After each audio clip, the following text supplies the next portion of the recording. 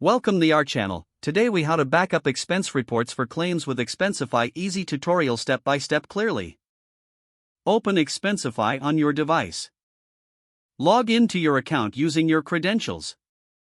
Navigate to the Reports section on the left-hand menu. Select the expense report you wish to back up. Ensure all necessary expenses are included in the report. Click on the Export option located at the top of the screen. Choose your preferred format for backup, such as PDF or CSV. For PDF, select the Export as PDF option.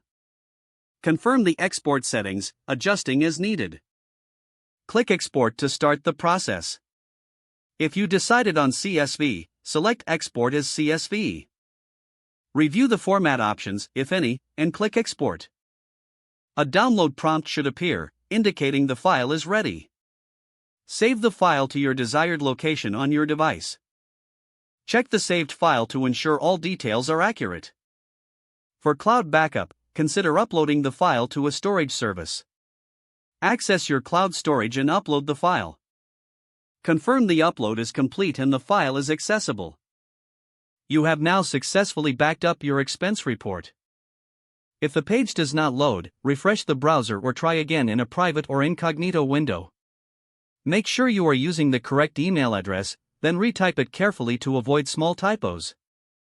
If your password is not accepted, use the reset option and create a new strong password you can remember.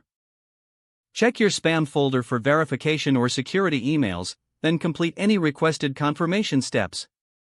Enable two-factor authentication if available to improve account security and reduce unauthorized access risk. After signing in, review your profile details so your contact information and settings are accurate and current. If you see an error message, note it down and try again after restarting your device and internet connection.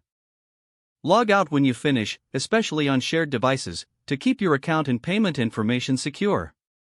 If the page does not load, refresh the browser or try again in a private or incognito window. Don't forget to like this video and subscribe to our channel for more step-by-step tech guides.